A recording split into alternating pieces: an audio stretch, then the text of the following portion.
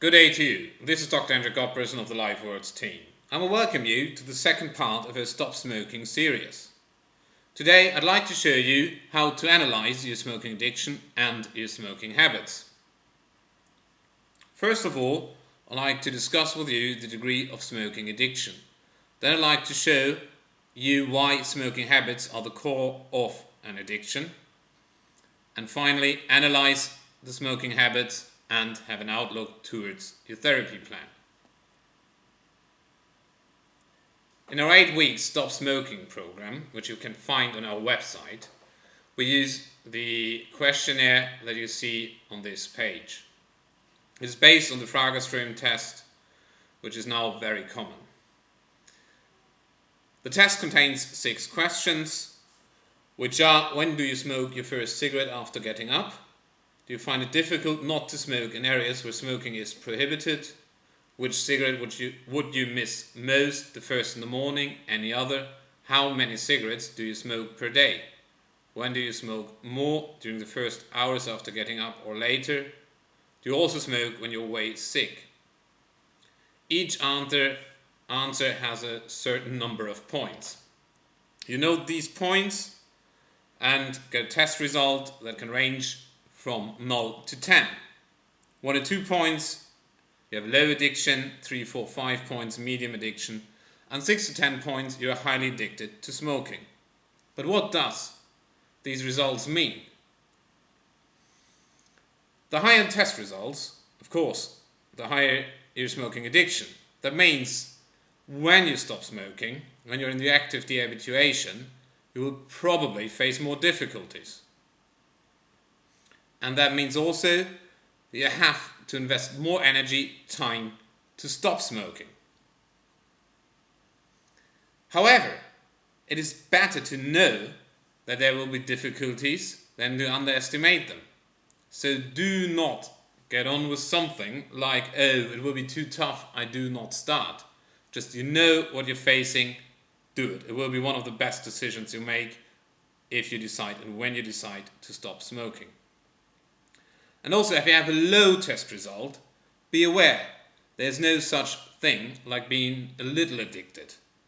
You are addicted or you're not. And if you're addicted, to break an addiction is hard work. So again, do not underestimate the whole thing. Now you could think, right, but why should I do the test? One thing is, of course, to get an idea how strong is your addiction, will you face more or less problems? But the other important part or other important purpose of this test is that you have a first approach to analyze and get an overview over your smoking addiction. That then, on the second step, goes to a deeper analysis, which I would like to show you later with analyzing your smoking habits. But now, why are the smoking habits so important? In general, most of our behavior is organized through habits. Just think, a very simple example, think of getting up. You always have the same routine. You get up, go to the bathroom, into the shower, brush your teeth, shave, get to the breakfast table. It's the same routine. You go through your day. And that is the same with smoking. You develop, during your smoking career, smoking habits. And these smoking habits are on 3 levels. Your behavior. That is normally, smoking is combined with other activities. Smoking with a morning coffee or morning tea. That is kind of usual. Smoking when you go to a break, whatever, with your beer. Then social relations. Just think, if you're in the office, you always go out with the same people to smoke. It's really into your social life, deeply rooted and integrated. And of course, cognitions and emotions. You have some mental states, for instance stress, and you think, oh, I have to calm down, so I need a cigarette. And that means you have to break these habits on behavior, cognitive and emotional and social level. And to do so, to break these habits on the 3 levels, you need to understand them. And that is now how to understand them, how to analyze them. what you do is you simply go through a day, of course more days, you go through a week, and every day, every time you note, oh, this time I'm smoking, this time I'm smoking. That is like a smoking diary. These smoking situations that you have collected, you need to analyze. And you do by describing the situation and then evaluating the situation, referring to your smoking habits. First of all, describing your smoking situations. Just give it a name. Write down what's the number of cigarettes you're smoking, what time is it when you're smoking, where are you smoking, what activity is associated while you're smoking or with your smoking, and who are the people who are accompanying you. Based on this description, you can analyze it by giving it a reason. Ask yourself, why actually do you smoke? And then note the degree of smoking, or the degree of cravings, which I suggest use a scale from 0 to 10. And with an outlook or regarding the later to design stop smoking strategies, note if you can avoid the situation, if you can change the situation, or if you can modify your own behavior, which you definitely should be able to. Anyway, an example simplified here to make it visible. So, assumingly here's a person smokes after getting up with his morning coffee, smokes 2 cigarettes, just for getting started into the day, getting a bit of energy. Then lunch break, have another 2 cigarettes, and it's more or less like a feeling, it's a stressful day, you need a break. Just cope with the stress and work.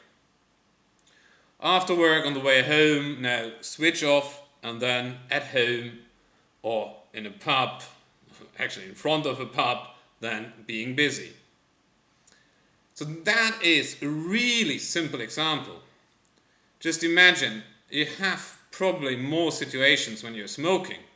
So I strongly suggest you define a main reason so that you have a clear orientation why you're smoking. In this case, again, simplified, it could be that this person has difficulties to cope with stress and has a bit of lack of interesting and fulfilling activities.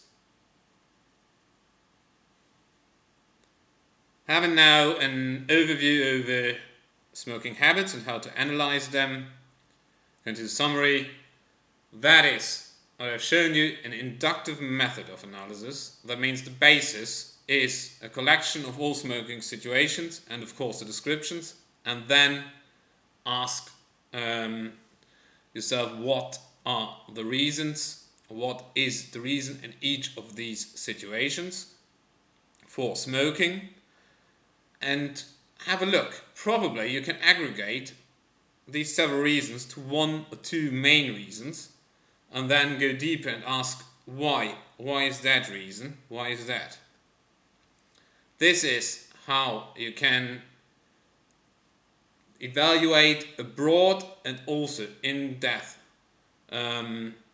analysis, conduct a broad and in-depth analysis of your smoking addiction and at the core your smoking habits. Why should you do that? When you plan your therapy, you need a strategy to cope with cravings in each situation you're formerly smoking.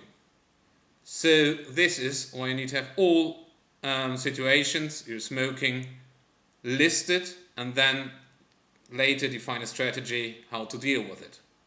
And the main reason, you need kind of a guideline that actually guides you through the hard process of stop smoking, and this is why you should design or develop a main reason for smoking. Anyway, for today, I wish you all the best. I may say, if you like to have more information, go on our website liver-stop-smoking.org, where you also can use our 8-week stop smoking program. And goodbye, take care.